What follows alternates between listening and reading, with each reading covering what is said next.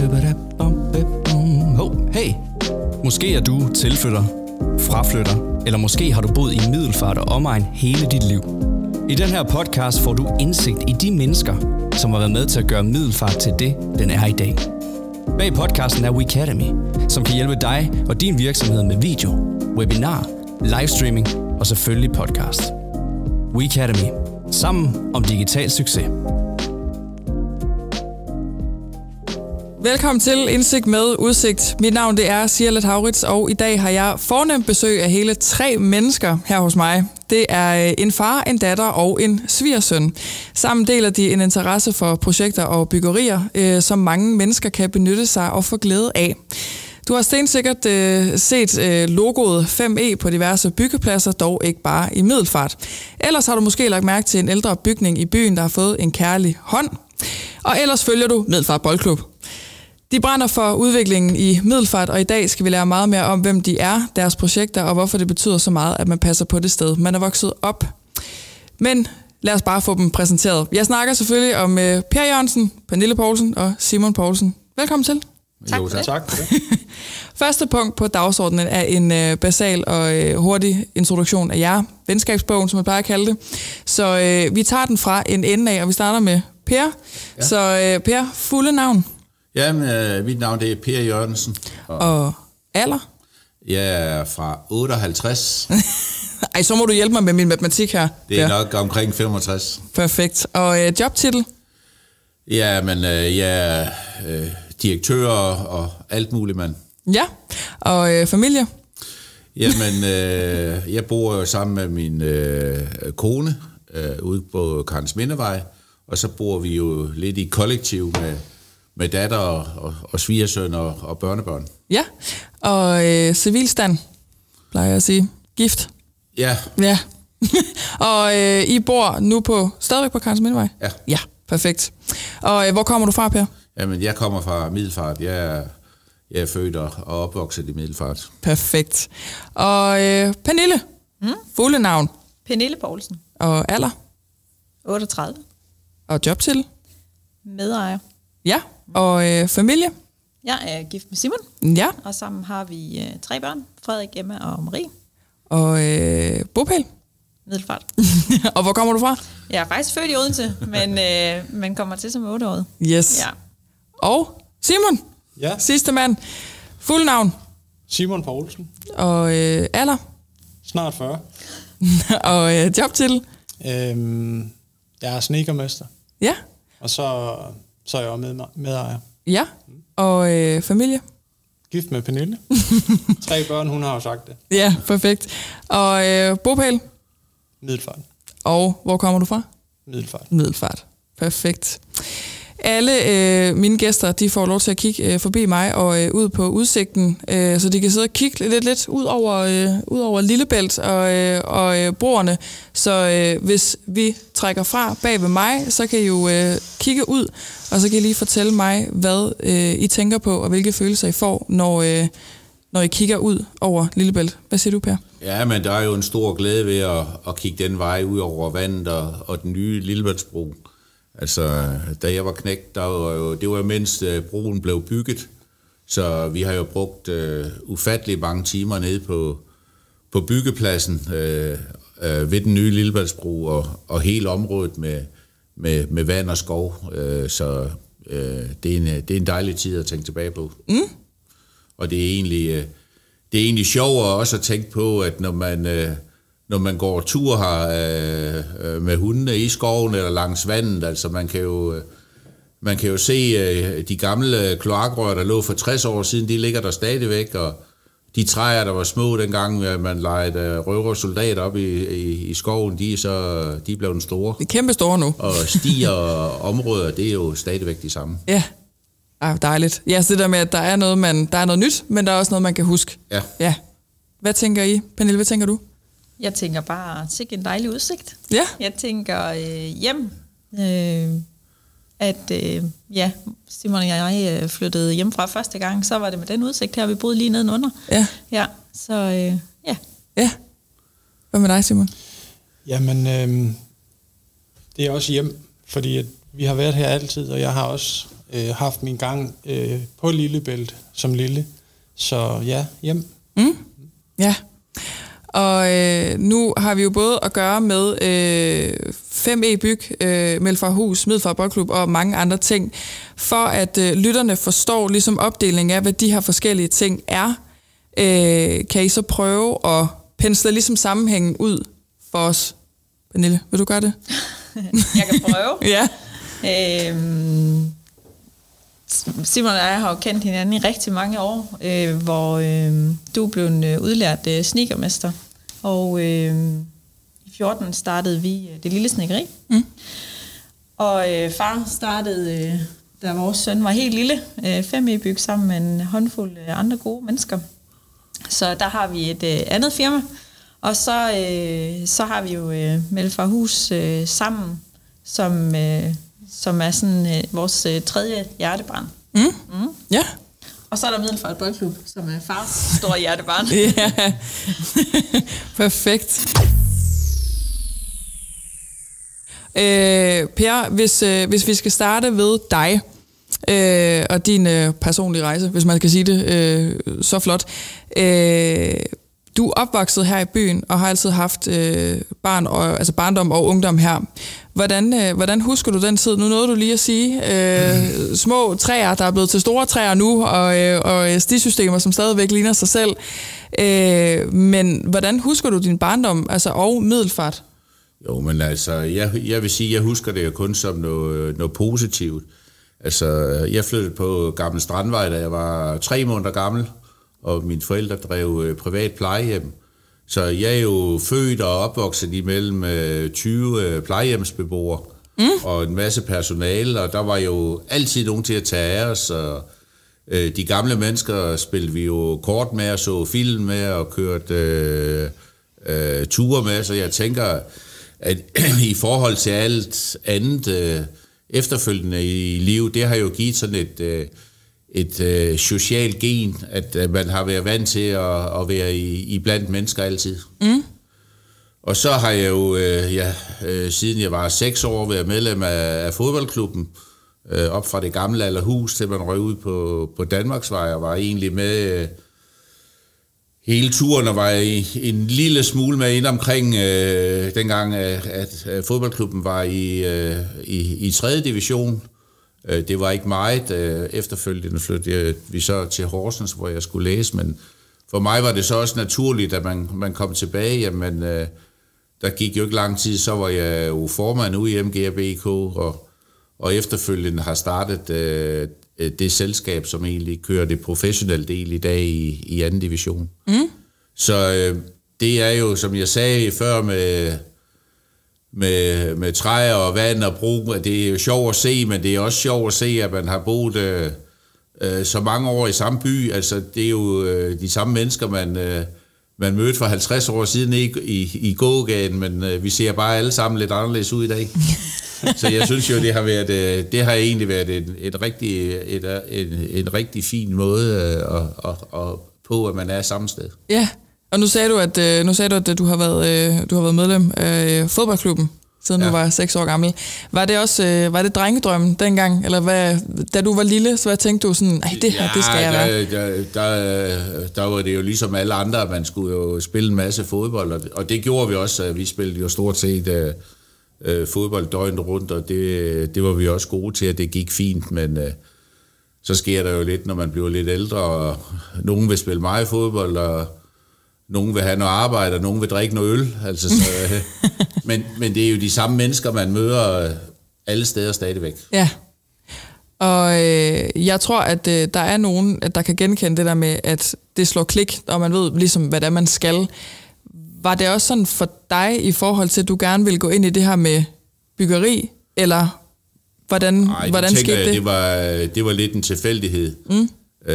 Fordi jeg vidste egentlig ikke rigtigt, hvad jeg gerne ville, enten at det skulle være noget. Jeg tænkte, det skulle være noget håndværksmæssigt.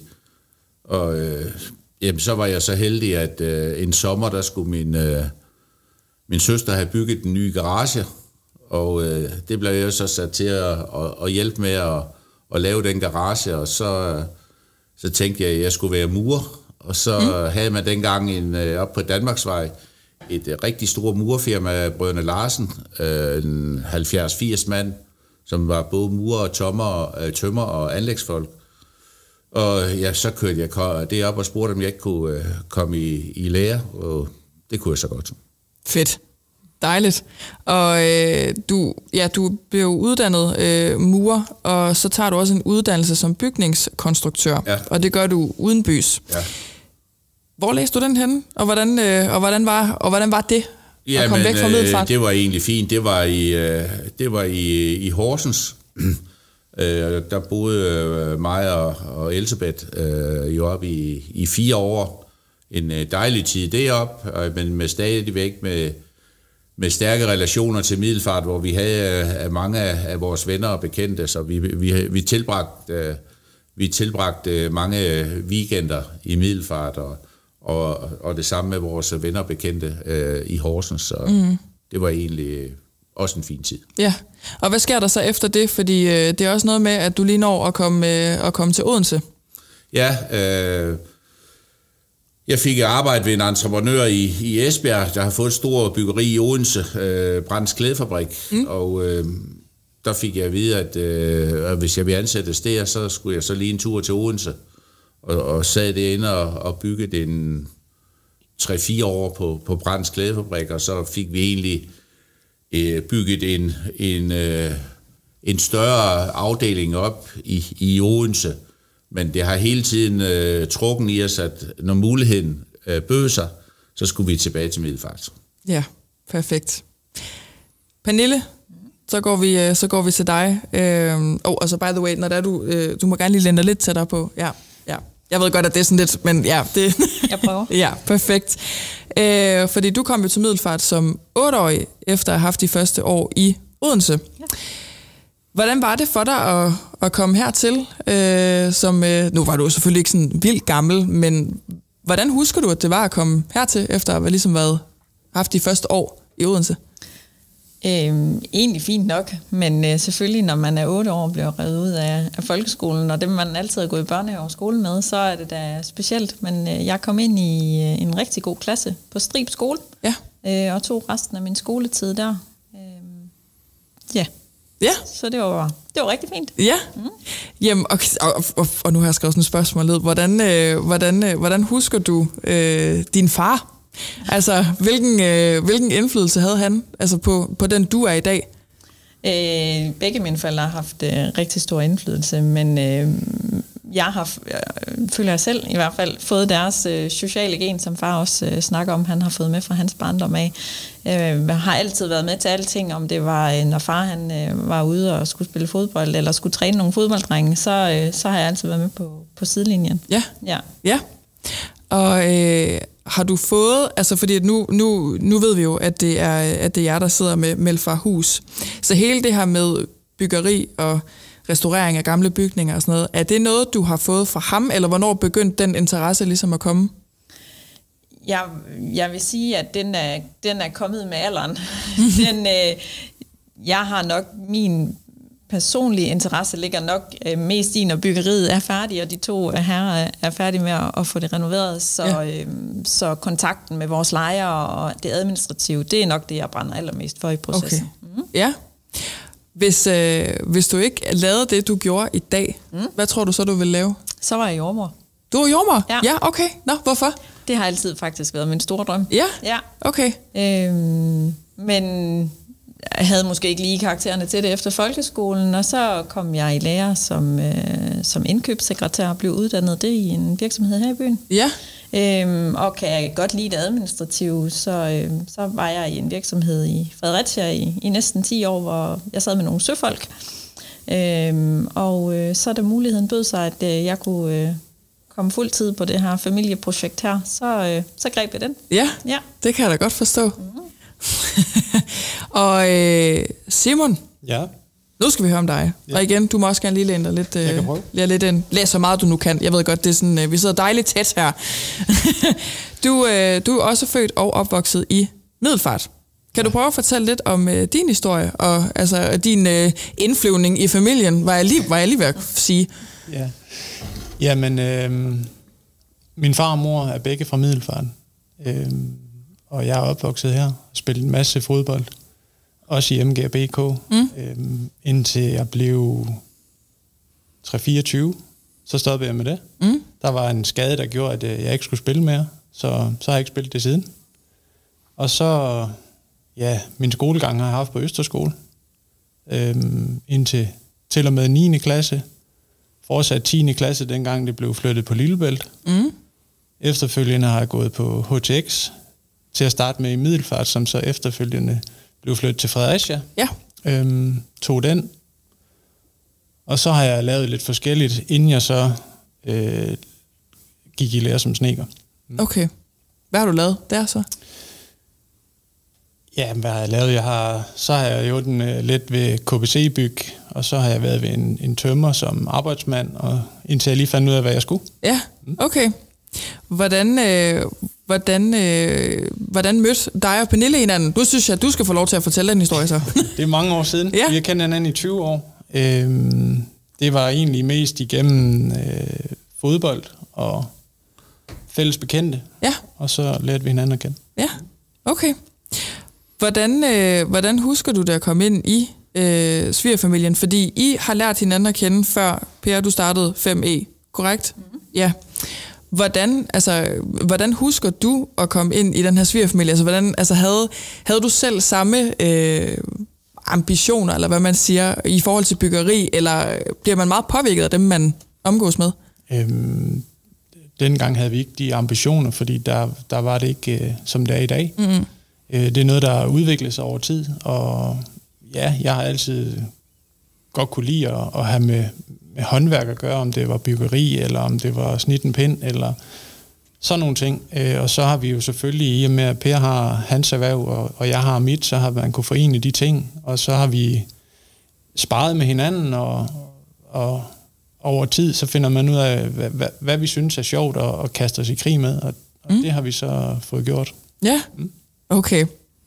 Fordi 5E byg bliver startet i 2007. Så kan du prøve at fortælle lidt om historien bag det, og hvad ambitionerne var for det? Fordi I er jo 5 personer, der er gået sammen med en vision, og I skriver på jeres hjemmeside, bare lige en kig, sammen havde de 5 en vision om at yde en indsats for at rette op på branchens mere eller mindre velfortjente blakkede ry ved at være det gode eksempel og den ansvarlige entreprenørvirksomhed. Ja. Kan du prøve at uddybe? Ja, altså jeg vil sige, det er nok nogle ord, der er kommet til med tiden. Det var rent faktisk sådan, at jeg havde været afdelingsdirektør ved et andet stort entreprenørfirma, og var skiftet derfra til KBC, som vi også har lavet meget med her i byen. Altså vi byggede jo husene nede på havnen. Det meste af det, der bygget ude på det gamle Syk, lavede vi i KBC sammen med Middelfart Sparekasse. Vi byggede det meste af det ude ved T. Hansen. Så vi byggede rigtig meget her i området. Og så startede byggekrisen lidt der omkring, da jeg fyldte 60. Så tænkte jeg, jeg bliver nødt til at finde mit sidste job, frem for at skal blive ansat et sted, og så en dag så røg man ud. Og der er jo ikke noget vildt forskelligt fra at være selvstændig til at være ansat. Det har lidt, synes jeg, med at gå på modet og måske finde nogle rigtige forbindelser. Så jeg tænkte dengang, at nu starter du bare selv. Og jeg havde egentlig en tanke om, at det kun skulle være mig, og så jeg vil ansætte 1 eller 2 mand. Og så egentlig arbejde lidt for gamle kunder. Men der skete jo det, som der ofte sker, at dem, han har arbejdet godt sammen med, jamen de vil egentlig også gerne være med. Så lige pludselig var vi jo, jeg tror vi var 14 mand, hvor vi startede op på det gamle psykiatrisk hospital. Ingen byggeopgaver, ingenting. Så det kunne jeg lade sig gøre dengang. Jeg kørte ned til Middelfart Sparekasse og snakkede med Brøndserud. Og så siger jeg, Brøndserud, jeg har egentlig tænkt mig, at jeg gerne vil starte som selvstændig. Så jeg har brug for at låne nogle penge og få en kreditramme. Og så siger Brøndserud, jamen, det var da en god idé, det gør du da bare. Og det kan jo ikke lade sig gøre i dag. Altså, vi har jo aldrig, heller ikke dengang, jo prøvet at skulle lave en forretningsplan, eller et budget, eller noget som helst. Vi fik bare en ramme af Brønserud, og så gik vi i gang op i Madhout, og fra dag 1, og så indtil nu i 5E-byg, der er det bare kørt som smurt i olie. Vi er 85 mand i dag, og tænker, at i år omsætter vi vel tæt på 2,5 milliard, og leverer nogle rigtig fine regnskabstal, og har nogle sindssygt dygtige medarbejdere. Så jeg vil ikke sige, at det er gået af sig selv, men meget af det er jo egentlig gået rigtig, rigtig nemt igennem tiderne, fordi at jeg synes, vi har været lidt fremsynet, og så have nogle rigtig gode medarbejdere, der kan selv. Jeg synes, det er en hyggelig historie om Brønserud.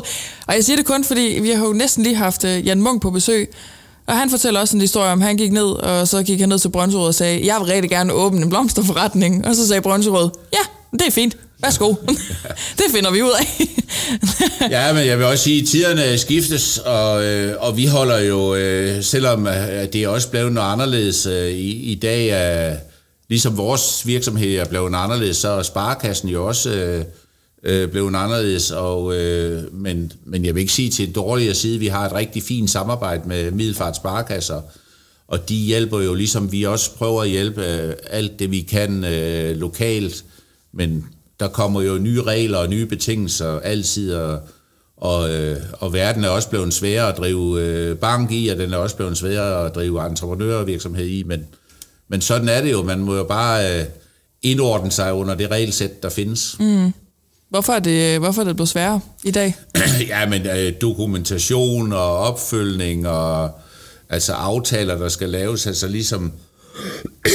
ligesom Sparekassen skal have aftaler og kigges over skuldrene af Finanstilsynet, jamen så har vi også en masse, der kigger os over skulderen og udvikling i forhold til bæredygtighed og den måde, man ligesom driver butikken og personale, og altså alt er jo blevet anderledes på de år.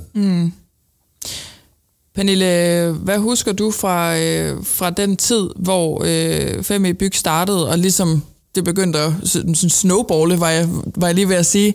Altså begyndte det at krible lidt i fingrene hos dig? Altså også, så du var helt ung og nyuddannet, eller var det nej, okay. Nej, det gjorde det ikke. Ja, hvad husker jeg bedst fra den gang, det startede? Vi havde lige fået Frederik, så jeg spiste rigtig mange frokoster med far op på Madhouse, hvor jeg kom gående med ham i barnevognen.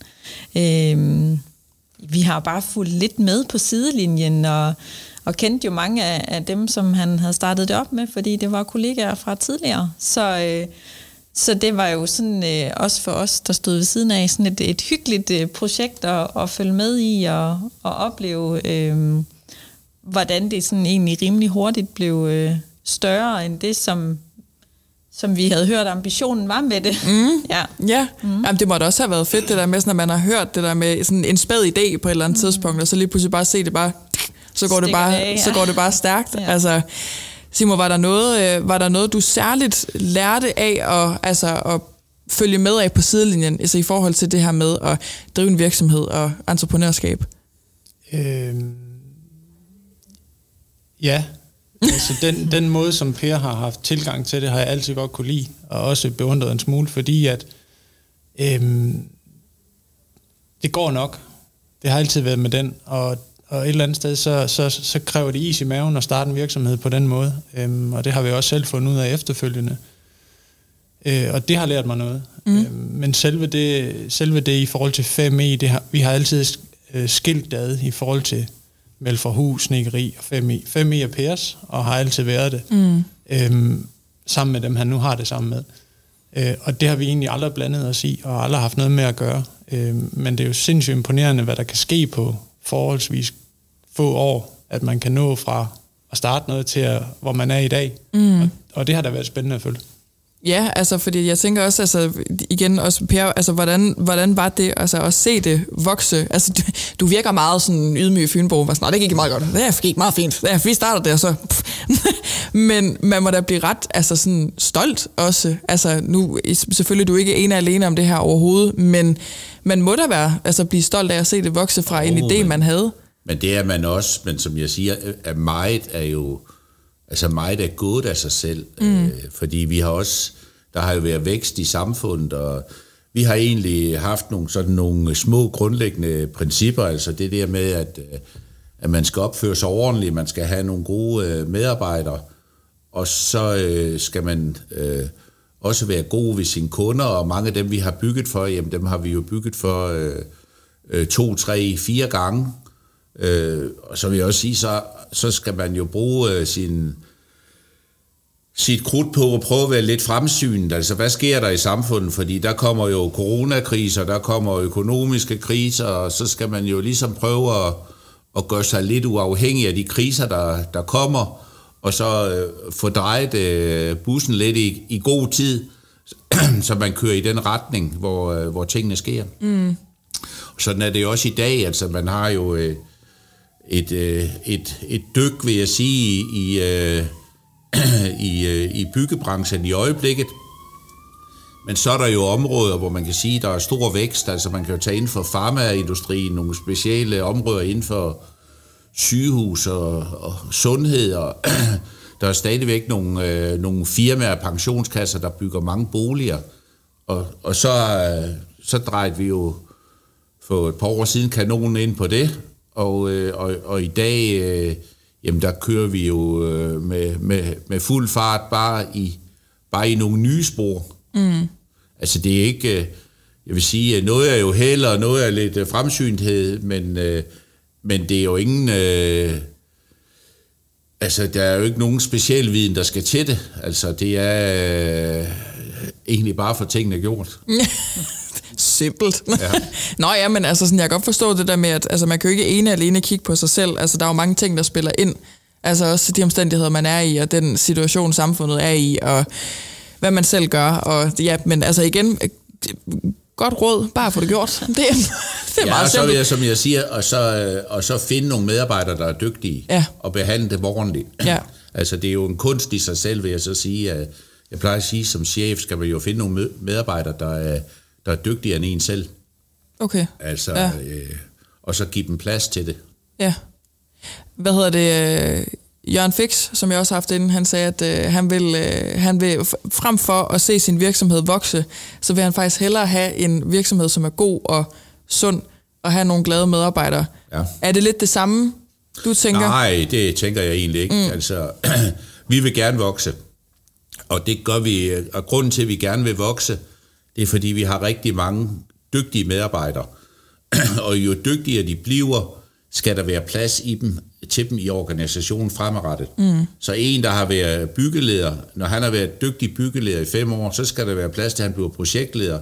Og projektlederen skal være plads til, at han bliver projektchef, og projektchef skal jo have plads til, at han kan blive underdirektør. Mm. Og alt det kan jo kun lade sig gøre igennem vækst, ellers har man jo nogen, man skal af med. Ja, det er rigtigt nok. Ja, så det der med, at der skal være plads til udvikling af den enkelte medarbejder. Altså, dem vi har i dag også i ledelsen, de er alle sammen vokset op igennem systemet. Mm.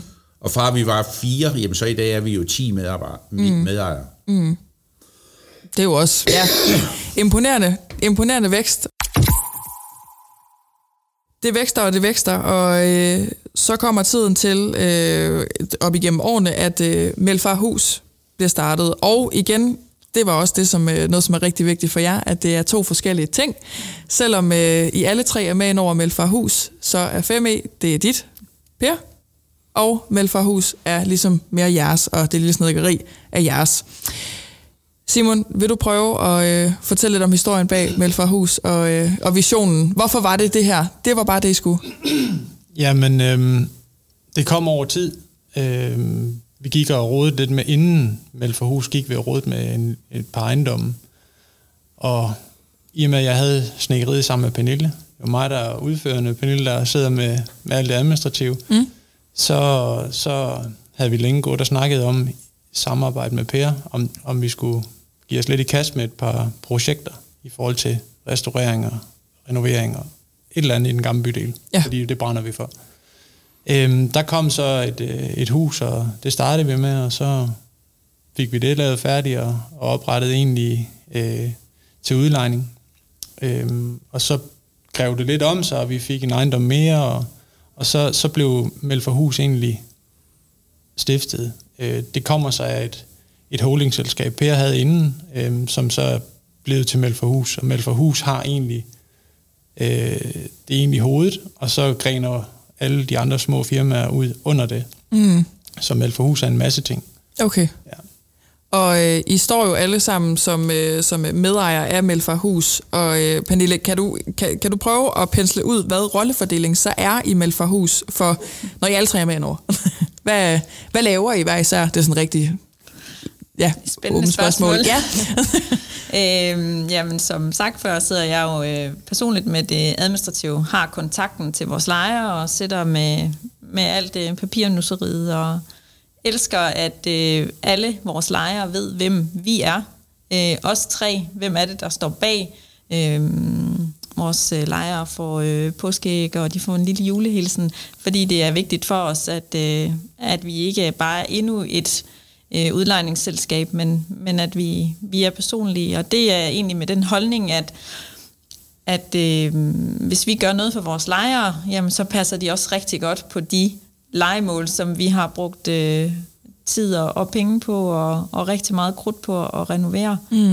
Som jeg siger til rigtig mange af vores lejere, så er de jo alle sammen udført, som om Simon troede, han skulle bo i dem selv. Altså, det er jo de bedste materialer og god kvalitet, så det vil vi selvfølgelig gerne have, at vores lejere, de ved at værne om. Ja. Simon og far er mere de udførende kræfter i virksomheden. Jeg må ærligt indrømme, jeg siger tit, nu synes jeg ikke, at vi behøves mere. Nu holder vi lige en pause. Og så er Poulsen og Jørgensen på tur, og så, jamen det er bare fordi, der er jo også lige det her, som kunne være spændende. Et rigtig spændende projekt. Ja. Og så starter vi ligesom forfra. Okay, selvfølgelig. Ja. Så Simon har rigtig meget dialog med håndværkerne, som vi jo selv entrerer, og har en finger på pulsen der, og far er rigtig god til den økonomiske del, og hvordan får vi det til at hænge sammen, og sådan nogle store overordnede ting. Ja, men nu tænker jeg, altså sådan igen, der bliver også snakket om det her med generationsforskel, og det her med, at frem for at se, at der er forskel på os, at så kan man lære noget af hinanden. Og der tænker jeg, at det er rigtig interessant det her med, at I har en gammel traver, der har været her altså i branchen i mange år, og at I kommer hertil med visioner og kræfter, og du har selvfølgelig også visioner, Per, men det her med sammenspillet imellem generationer og erfaringer, hvordan kan I mærke, at det gavner jer i Melforhus? Jamen, det tror jeg lidt, det er fordi i sidste ende, så vil vi gerne det samme. Altså det er jo helst bygninger op i den gamle bydel, og vi renoverer dem rigtig, rigtig flot, og vi renoverer dem også meget bedre, end vi burde, fordi at hvis man ser på forretningsmæssigt på det, vi går og laver, altså hvis det var for at tjene penge, så skulle vi lave noget andet, fordi at vi renoverer dem alt for godt og bruger alt for mange penge på at renovere dem. Men det er jo lidt igen det der med, at vi vil gerne lave noget, der er i orden, og hvis det ikke er i orden, enten til udlejning eller hvordan det ser ud, jamen så gør vi det ikke. Altså, vi bygger ikke fordi det er forkert, vi bygger ikke en type boliger for at få bygget billigt, og så få det husleje ind og tjene nogle penge på det. Det har ikke vores interesse. Altså, vi har en interesse i at lave noget, der er i orden, og så kan det godt være, at pengene først kommer igen om 25 år. Det er der så ikke nok at ved. I forhold til det her med, at I renoverer dem, nu skulle jeg sige over evne, det er jo ikke det der, men altså det der med, I renoverer dem mere end I burde, og det her med, at det er den gamle bydel, der har jeg også læst mig frem til, at det her med, at I gerne vil bevare den historie, der ligesom er omkring det. Hvad betyder det for jer at kunne renovere, så det er virkelig flot renoveret, men stadigvæk med respekt for historien? Jeg synes, det er det rigtige at gøre, især i den gamle bydel. Der har været rigtig mange ærgerlige eksempler på renoveringer, som ikke passer ind, og der er man også nået hen til i dag, at man skal tilbage til det oprindelige i den lokalplan, der er i den gamle bydel. Og det kan jeg godt lide. Det er inden for det, jeg står for, eller vi står for. Og jeg synes, det er rart at kunne gøre det ved de ejendomme, som vi har. Og ikke altid nødvendigvis vælge den billigste løsning, men vælge den rigtige løsning. Ja. Jamen, det giver også god mening, og jeg tænker jo også, det må da have noget at gøre med, at det ligesom er den by, I er vokset op i, og det sagde jeg også i starten, det her med, at man passer på den by, man er vokset op i. Men Ille, tror du, at I vil kunne gøre det med samme passion i en anden by? Nej, det tror jeg faktisk ikke. Nej. Du har selv sagt det, vi brænder jo alle tre rigtig meget for Middelfart. Det gør vi på boligområdet, men det gør vi jo også sådan, hvad vi ellers kan bidrage til. Så holdt vi en Take That-koncert i sommers, for at der også sker noget for byen og for byens borgere, og trækker lidt folk til og gør lidt godt for både butikker og hoteller og hvad der ellers er her. Ja. Så vi brænder for byen på mange punkter, og nej, det tror jeg ikke, vi kunne gøre et sted, hvor vi ikke var opvokset på samme måde. Nej, og hvorfor? Fordi at man snakker om i dag det her med, og sådan, Simon, du sagde det også, før vi startede her, at der er nogen, der kan kigge på Middelfart og tænke sådan, at det er en lille flække. Hvorfor er det, at det er så vigtigt at bevare det lokale og passe på det lokale, og måske de mindre steder? For at de ikke lige pludselig forsvinder. Vi har også en generation efter os, og en generation efter dem igen, og det vil da være ærgerligt, at de ikke har samme muligheder, eller flere muligheder, end vi selv har haft. Vi havde, som jeg husker det, rigtig mange muligheder, da vi var små. Det er faldet lidt af over tid, og nu kan man se en tendens til, at der er begyndt at røre sig lidt igen, at nu skal vi prøve at se, om vi kan reetablere noget af det, som man har haft, og om ikke mere. Og det samme med bylivet. Man er også nødt til at vedligeholde det, og gå ned og få handlet i de lokale butikker, i stedet for, at det hele skal være nethandel. At man får det brugt, for ellers så dør det ud, og så er der ikke noget til en generation efter os. Og personligt vil jeg jo synes, at det var rigtig ærgerligt, at man ikke har de muligheder. Det kan godt være, at det er nemt og bekvemt at handle på nettet, men det er også rart at kunne gå et sted hen og prøve et par bukser, eller en trøje, eller Ja. Hvad tænker du, Per? Jamen, det tænker jeg også, men jeg tænker også, at jeg synes, at Middelfart Kommune gør det rigtig fint. Man har styr på mange ting, men altså med, at man har lavet meget i Stauby Skov, og man har lavet dyrehave, og man har klage, og man gør noget for den gamle bydel, og rådhus, og havnefront, og nu hen på NKT. Jeg synes, man gør rigtig, rigtig mange ting godt i Middelfart, men det er klart, at der er nogle enkelte ting, hvor man også kunne få brug for noget hjælp, og der synes jeg, at man som privat firma skal gå ind og bakke op om det. Altså, man har jo længe snakket om, at man mangler noget til ungdommen, spillested og så videre, og det tænker jeg, det kunne være det næste store, man skulle have løftet i Middelfart, og så kan du sige, jamen noget af det, vi gør, jamen vi prøver jo at hjælpe ned på marinaen ved, vi er med i Marsvinet, og nu bygger vi forhåbentlig hotel lige om lidt, når vi bliver enige med Middelfart Kommune om det skal vi nok blive. Men det og så foreningslivet, altså grunden til, at vi også brænder for fodbold, jamen de er jo en 700-800 medlemmer. Det er jo en kæmpe forening og berøringsflade i Middelfart, det vil sige, alle de unge, der har en mulighed for noget fællesskab og så videre, familier, som hænger sammen med fodboldklubben, altså det er jo et kæmpe setup, så de ting, synes jeg, det bliver man simpelthen nødt til at bakke op om. Ja, altså hvis man har mulighed for det. Det er klart. Altså skal man hjælpe. Men og jeg føler også, at der er en stor opbakning til de ting, også altså hvis det er privat omkring fodboldklub, men også erhvervslivet, når der skal ske nogle ting. Altså et godt eksempel, det var jo, at man var nogle stykker, der gik sammen dengang omkring Syg, omkring Havnefronten, og vi var også nogle stykker, der gik sammen omkring Rådhus og byggeriet derhen. Altså hvis der er noget, der er nødvendigt, så kan man ligesom løfte lidt i flok. Det synes jeg, det er flot. Ja. Pernille, hvordan sådan din, sådan, jeg skulle sige sådan elevator pitch, sælger pitch, hvorfor er Middelfarthus en vigtig del af Middelfarts udvikling? Hvilken rolle spiller I? Ja, det var et godt spørgsmål. Jeg forventer heller ikke noget bestemt svar. Det er bare...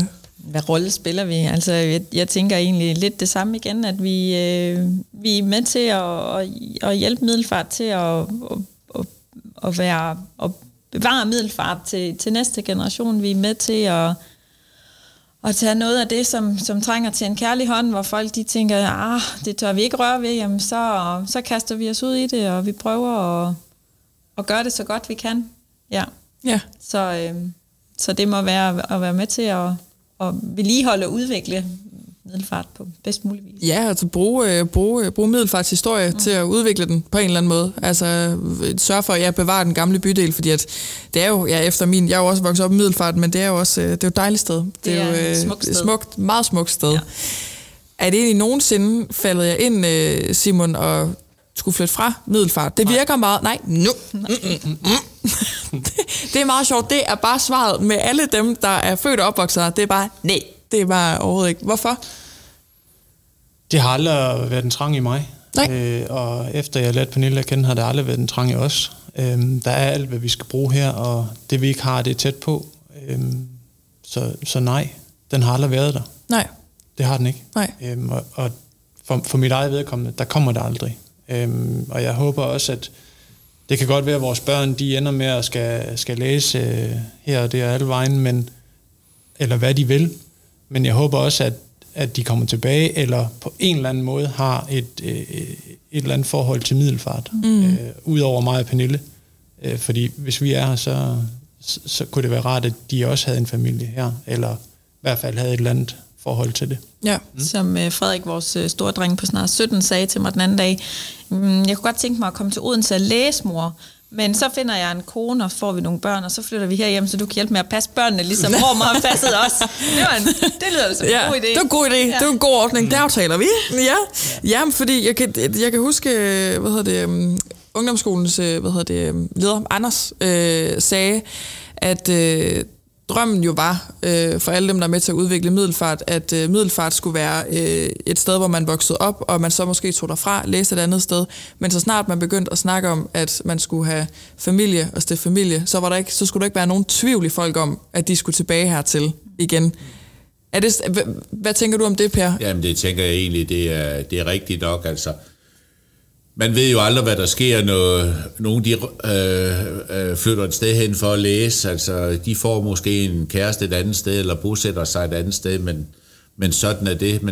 Men jeg fornemmer, at der er mange, der på et eller andet tidspunkt kommer tilbage, og jeg kan jo selv se, når vi spiller fodbold på stadion, at der møder jeg jo mange mennesker, som har været rundt omkring, og så skal de alligevel være tilbage og se lidt fodbold og snakke med de gamle kammerater og bekendte, og det samme kan du jo se ved over, når du er til Rock under broen. Altså, alle de gamle middelfarter rundt omkring, jamen, de skal jo også til Rock under broen, og nogen ryger så tilbage på et eller andet tidspunkt. Og det tænker jeg, det hænger sammen med, at vi har en by, der bare fungerer rigtigt. Altså, der er også mange, der gerne vil, når de får børn, at der er styr på børnehaver og skoler, og man har noget gymnasie, og så er det jo klart, at der er nogen, der skal have en videregående uddannelse, jamen så tager de et andet sted hen, og ja, sådan er livet jo. Nu synes jeg, vi skulle prøve at gå videre til hvordan det fungerer at arbejde sammen som familie, fordi vi snakkede om rollefordeling før, og det er jo mere sådan hverdags virksomhedssnak, men det her med at arbejde sammen som familie har gjort det i så mange år, så forhåbentlig selvfølgelig skal gøre det i mange år i fremtiden. Simon, hvad er styrkerne og udfordringerne ved at kombinere både forretning og familieliv? Det at kombinere det er i hvert fald, man får hurtigt afklaret nogle ting, fordi vi kan altid snakke med hinanden om det. Også derhjemme, hvis der er et eller andet, vi ikke nåede at få drøftet på arbejde, så kan vi altid drøfte efterfølgende, fordi det er lige 2 skridt over til Per, eller Per går 2 skridt over til os. Og det er rart. Det har også hele tiden været sådan, at hvis vi skulle bo sammen og arbejde sammen på den her måde, så boede vi hver for sig. Det var et krav, vi havde, at vi kunne godt bo på samme grund, men vi boede hver vores, for ligesom at adskille familierne. Det er rart, at for vores børns vedkommende, mormor og bedste, de bor lige på den anden side. De har altid haft en tryghed i, at der var næsten altid nogen hjemme, og der var altid en hjælpende hånd og de ting. Og for mig og Pernille har det jo været rigtig belejligt i mange situationer, at man har kunne varetage nogle andre ting, måske være en time ekstra på arbejde, og i den dur. Så hvad det angår, har det været rigtig fint. I forhold til at arbejde sammen, som vi gør i dag, jeg har jo rigtig meget af min hverdag inde hos mig selv, inde i snedkeriet, og i alt det byggeri, vi går og har, og en masse byggemøder, og ting, der skal ordnes, og Pernille sidder og varetager alt det administrative inde i Melforhus, og Per er til og fra 5E, og så er han med Melforhus, og så er vi ude og kigge biler, og så vi er en masse ting. Vi er en masse forskellige steder. Pernille, er der nogle sjove eller sådan mindeværdige øjeblikke, som kun er sket, fordi jeg arbejder sammen som familie? Ikke lige, hvad jeg sådan kan komme på. Hvis der er en anden en, så kan I bare hoppe ind, hvis I kommer i tanke om et eller andet sjovt. Nå, men det kunne godt være, at der var en eller anden ting, der var sket, og det var sådan, det er kun fordi, at vi arbejder sammen som familie, at det er sket. Det tænker jeg egentlig ikke. Nej. Vi hygger os med det. Jeg vil sige, at nu er jeg jo også sådan en rigtig ene barn, som har haft mor og far for mig selv altid. Så det der med, at når far du kommer mere og mere ud på kontoret og har nogle flere dage om ugen, hvor du sidder på Alsvej, hvor vi jo har det hele samlet. Jeg elsker det. Jeg synes simpelthen, det er det fedeste, og det vi er unde alle mennesker, at kunne have sådan en god relation med sine forældre, så det fungerer mega godt, både på arbejde og derhjemme. Det vil jeg simpelthen ikke bytte for noget i verden. Per, hvis man kommer ud for, eller man beslutter sig for, at man gerne vil arbejde sammen med sin familie, hvad er så nogle checks, man lige skal lave? Hvad er godt at huske? Ja, men det er jo bare, jeg tror ikke, der er nogen faseliste på. Altså, jeg tror, at det, der har gjort det sådan også lidt nemt for os, det er jo, at vi har været begunstiget af og haft et ben inde i 5E, fordi 5E har jo ligesom været fødekæden for os på den måde, altså økonomisk. Så der har jo aldrig været noget, vi sådan rigtig skulle passe på, fordi så længe maskinen kører i 5E, jamen så har vi jo, det har givet nogle frihedsgrader, som man ellers ikke ville have haft. Altså, så jeg tænker det der med at prøve at få styr på økonomien, og så måske, vi har jo heller ikke ud ved os nogle klare rollefordelinger, fordi en gang imellem, sådan er det jo, så finder vi på at købe en bil eller et hus, vi ikke rigtig har fået snakket om. Men det gør vi så kun fordi, at vi ligesom har det inden for mulighedernes side, ikke også? Ja. Så det er nok sådan lidt, atypisk. Altså jeg tror, at mange andre butikker vil jo måske mere sætte og kigge lidt på, hvad kunne vi tjene, og hvordan får vi det til at løbe rundt, og vi skal også sørge for, at vi har noget overskud ud af det. Altså sådan kigger vi ikke helt på det, og det gør det jo meget nemmere.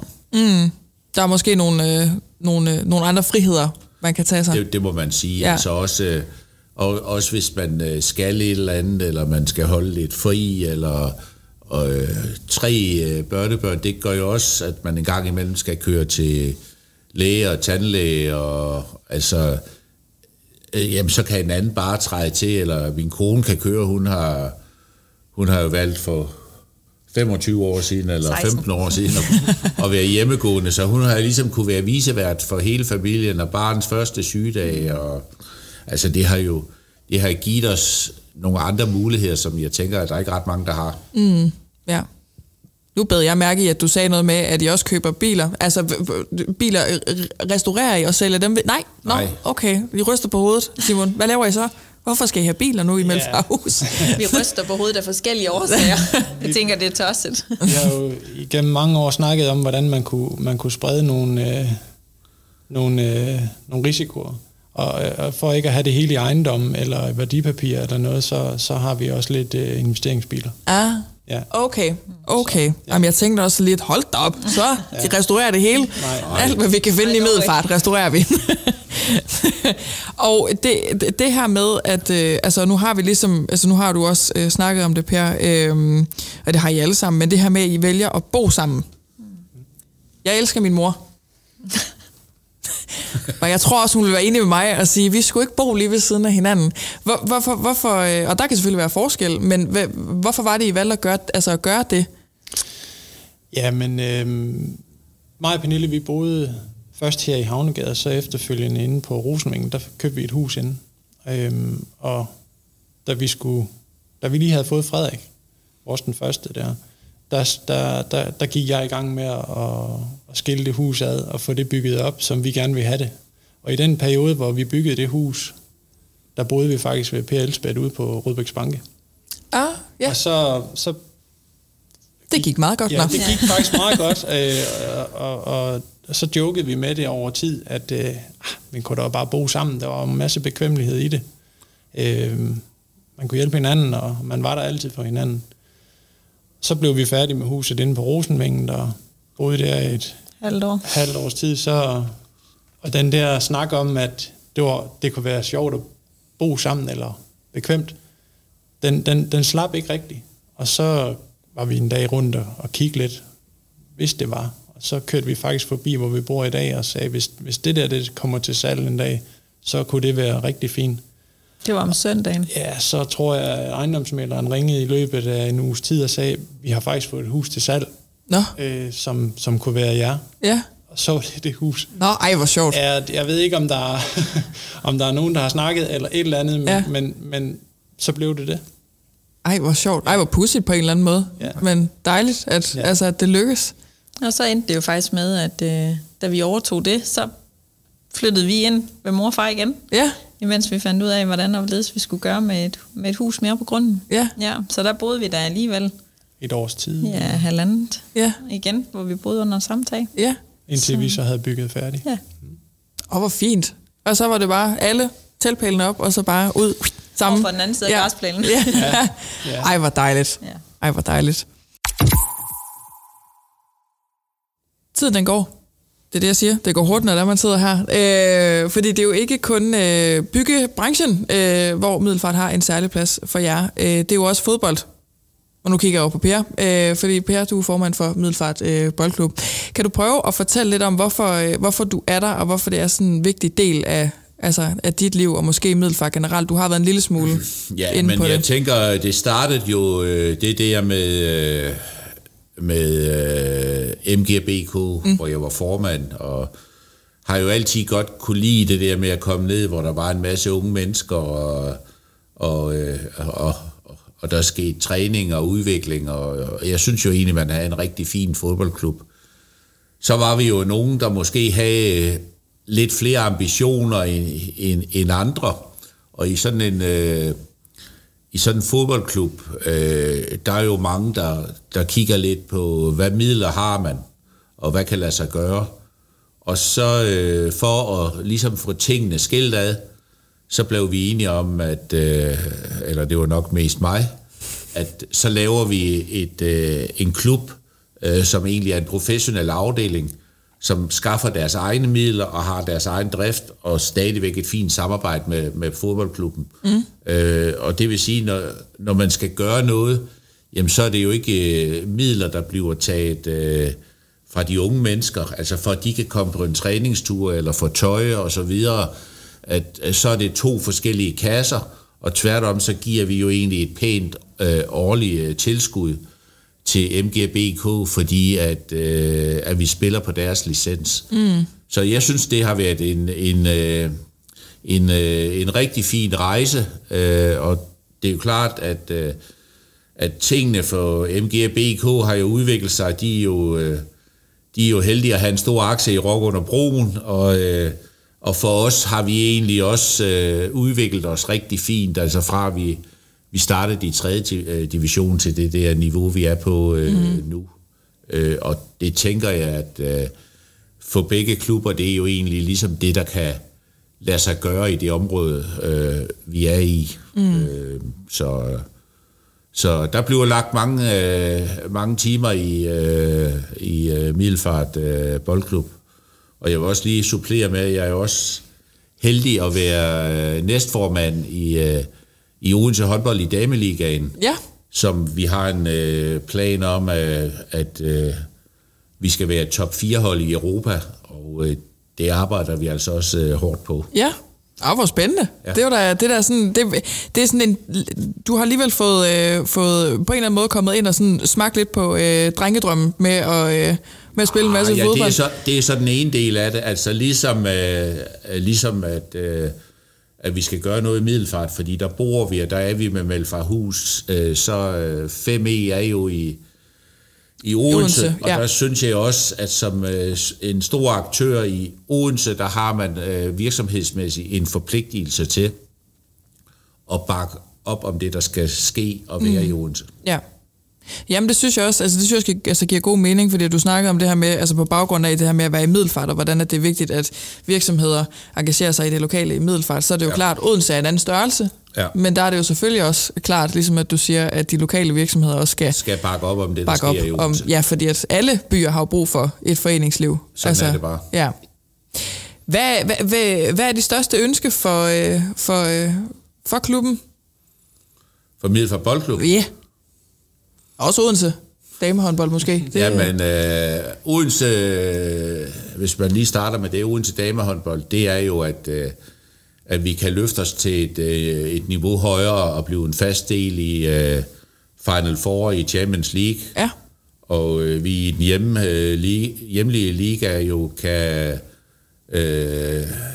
få sparket lidt til Esbjerg, så vi kan tage førertrøjen for dem. Ja. Og det har vi nogle planer, og måske lykkes det, måske lykkes det ikke, men jeg synes, vi har mange fine tegninger på, at vi også, hvis tingene lykkes, kan blive markant bedre allerede inden for de næste par år. Så det bliver en virkelig spændende tid. Og for Middelfart Boldklub, jamen, der vil jeg sige, der er vi jo, som jeg ser det, nogenlunde på det niveau, vi kan være. Vi kan være heldige at lige rejse os lidt ekstra en gang imellem, men vi kan også være heldige eller uheldige at falde lidt. Så jeg tror, man ligesom skal se os det omkring, hvor vi er nu. Jeg kunne godt tænke mig, at vi kunne få lavet lidt mere samspil med MGBK. Måske få et Danmarksseriehold på sigt på benene, som mere består af lokale spillere, så man ligesom kan lægge en rød tråd i de unge mennesker, der er der i dag, at i stedet for de stopper som 15-16-årige, så mange skal på efterskole og så videre, men når de kommer tilbage, at de sådan ligesom også kan deltage i fællesskabet omkring fodbold i byen, fordi der er alt for mange, der falder fra ved den overgang, og så som alle andre klubber, og den udfordring har man også i MGBK, der bør man gøre, selvom man gør meget, så bør man gøre endnu mere for pige- og damefodbold. Altså for os at holde dem i sporten, det synes jeg, at det vil være rigtig, rigtig vigtigt. Altså vi har jo lavet en undersøgelse ude, hvor vi har været med ude i håndboldklubben, hvor det for eksempel viser sig, at 60% af alle piger, der spiller håndbold under 18 år, har jo været til psykologhjælp og savner fællesskab og så videre. Og der kan idrætslivet mange ting, og derfor er det en af de begrundelser for, at man skal holde børn og unge, synes jeg, aktiv, at det skal være andet end mobiltelefoner og computer. Altså, de skal også ud og have noget noget fællesskab og noget bevægelse. Jeg synes, det var en god salgstale. Men altså igen, også fordi jeg havde også tænkt mig at spørge her, men I har sådan lidt svaret på det sådan, hen ad vejen, det der med sådan, hvad er det, vi er gode til her i Middelfart for at dyrke det lokale og sådan støtte foreningslivet? I har selvfølgelig sagt det, og man kan virkelig mærke passionen, Per, for ligesom at støtte foreningslivet, fordi det kan give mange ting, og det kan give mange fællesskaber til mange forskellige mennesker, som måske ikke har brug for det. Ja. Så det er jo ligesom også, det er jo sådan en god sløjfe på ligesom at sige, sådan, det er derfor, at man skal gøre noget. Altså, hvis man kan noget, så skal man gøre noget. Så skal man gøre noget. Og nu er jeg nysgerrig. Jeg spurgte jer, før vi satte os herind, er der et byggeprojekt her i verden, som I vil ønske, at I stod bag? Simon? Du må gå helt amok. Altså, det kan være det vildeste. Det må også være lidt mere realistisk, men altså det... Nej, det er der faktisk ikke. Okay. Jeg vil hellere kunne fortsætte med det, vi gør. Ja. Det brænder jeg virkelig for. At kunne gøre en forskel, især i den gamle bydel. Ja. Kunne lave det ordentligt. Ja. Så jeg har ikke noget større projekt. Det er det, jeg brænder for. Det var sådan meget oprigtigt svar. Og det kunne jeg godt lide. Ja, det kan jeg godt lide. Pernille? Nej, jeg ved ikke, hvad jeg skal sige. Nej. Per, kom så. Jo, men selvfølgelig er der projekter. Altså, der ligger jo en 3-4 grunde også, der ligger godt i Middelfart, og også omkring centrum, hvor der er udarbejdet lokalplaner og andet på, hvor der ikke rigtig sker noget. Det kunne jeg da sagtens se, at vi kunne have en mulighed i på sigt, hvis det kunne lade sig gøre. Det samme er vi jo lidt med i et projekt ude i Strib på oliegrunden, hvor der er nogle tårner, vi er lidt med på Falstervej sammen med Jens Belling med et par højhus. Vi er lidt med ude i Boring, Midtby, hvor der også skal bygges en del boliger, som vi har en interesse i at få løftet, men specielt på en af de grunde, der kunne ligge i Middelfart, hvor der kunne ligesom bygges en større klump huse, man kunne lave igen i et ordentligt setup og en ordentlig kvalitet. Det kunne jeg godt tænke mig. Det synes jeg er god mening også bare, at man jo ser bare Middelfart bare vokser. Så der er jo rig mulighed for også at kunne udvide den vej, og så stifte nogle byggeprojekter den vej. Og jeg tænker jo, I har mange planer og projekter, men Simon, hvad er der nogen videre ambition nu, eller drøm for Middelfarthus? Altså, har I en eller anden sådan, når vi når hertil, så, then we made it? Nej. Vi kører på, så længe vi synes, det er sjovt, og laver det, som vi brænder for.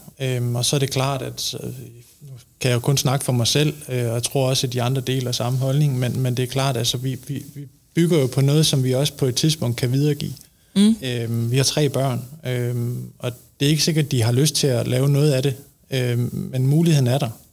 Og hvis der er nogen af dem, der vil videreføre noget af det, så vil det være rigtig dejligt, og ellers så finder man en løsning på det, men vi bygger for næste generation også. Ja, altså lige så meget næste generation af andre borgere, men nok også jeres børn. Og så vores egen, det er klart. Okay. Vi gør en del for det lokale, og prøver at hjælpe, hvor vi kan. Men selvfølgelig har vi 3, som jeg især også tænker på, hvordan man kan få viderebragt noget, så de har et sindssygt godt afsæt til deres liv. Ja. Hvad tænker du, Pernille? Det samme? Ja, kan ikke være mere enige. Nej. Altså, nej.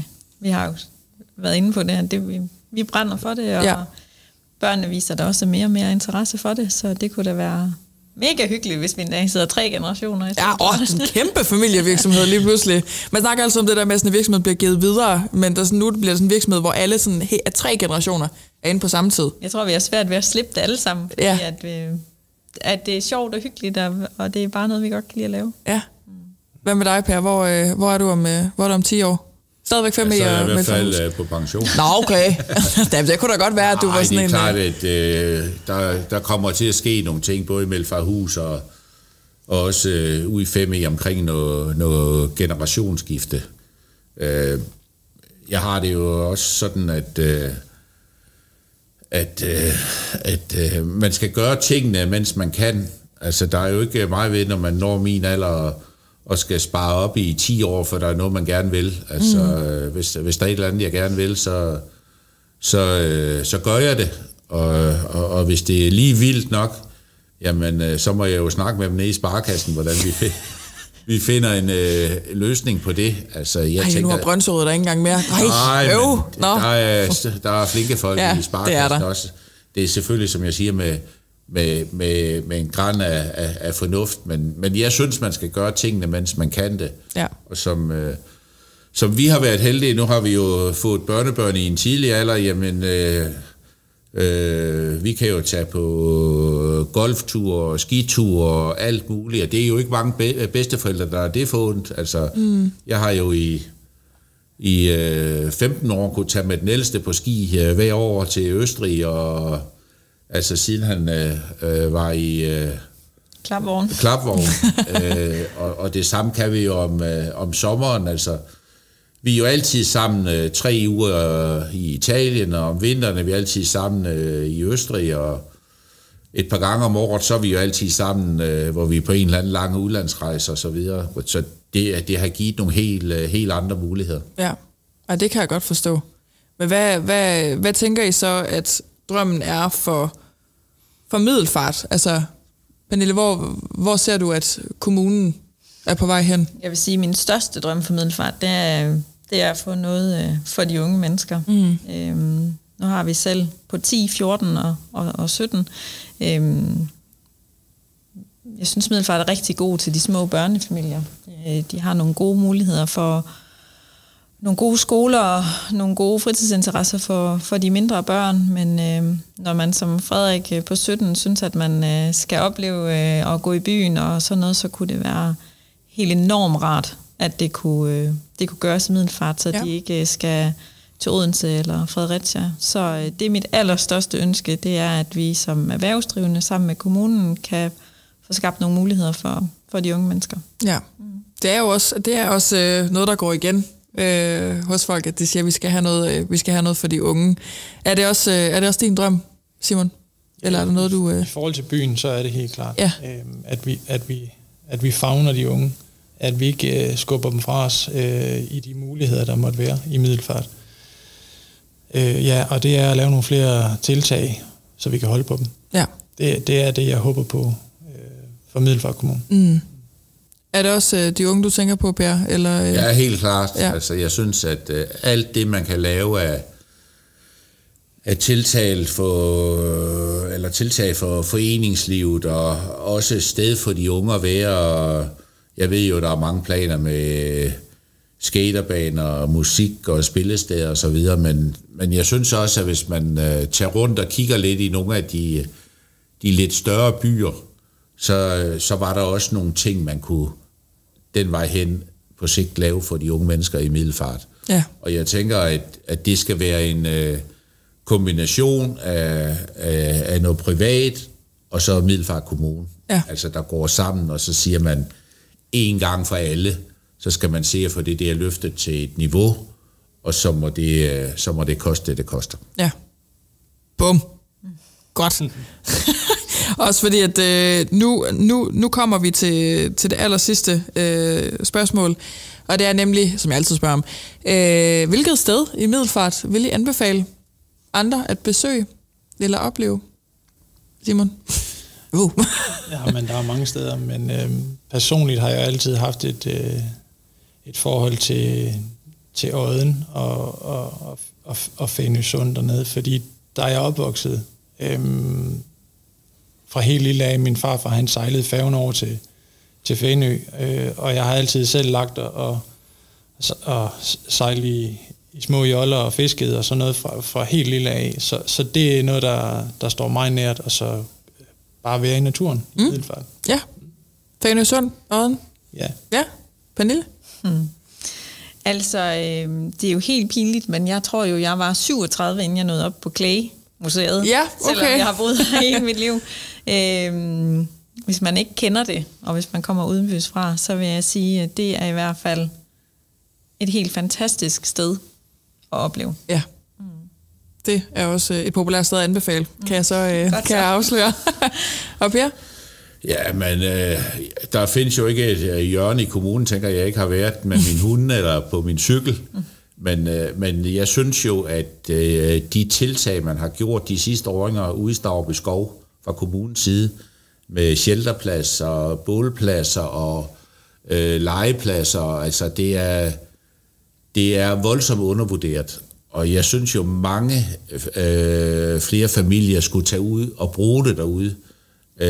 Det er simpelthen super, super lavt. Altså jeg kan se familier, der kommer og holder børnefødselsdage og familiesamlinger, og folk, der går ture sammen med deres hunde, mødes på et samlingssted derude og får kaffe og kage. Og, altså jeg synes, det er lavet så flot i forhold til den parkeringsplads og de faciliteter, der er lavet over for idrætsefterskolen derude. Det skal de have stor ros for i kommunen. Ja. Super område. Ja, så det er der, du vil anbefale folk, de skulle tage hen? Ja, jeg går næsten tur der hver dag med hundene. Altså, det er bare unikt. Ja. Så, der var jo, det var faktisk meget, det var meget spredt. Sådan lidt 3 forskellige steder, og hvis man tager ud til Stauby Skov, så kan man jo hilse på Per. Ja. Tiden er ved at rende ud for os, men jeg vil bare sige tusind tak for, at I har lyst til at komme ind og fortælle om mange ting jo, jer selv, og 5E og Melfarhus, og snedkeriet, og Middelfart Boldklub, og man kan jo blive ved næsten jo, og man kan virkelig mærke, at I hver især også samlet brænder for at udvikle byen på mange forskellige måder og på mange forskellige områder. Så tusind tak, fordi I har lyst til at være med. Tak. Velbekomme.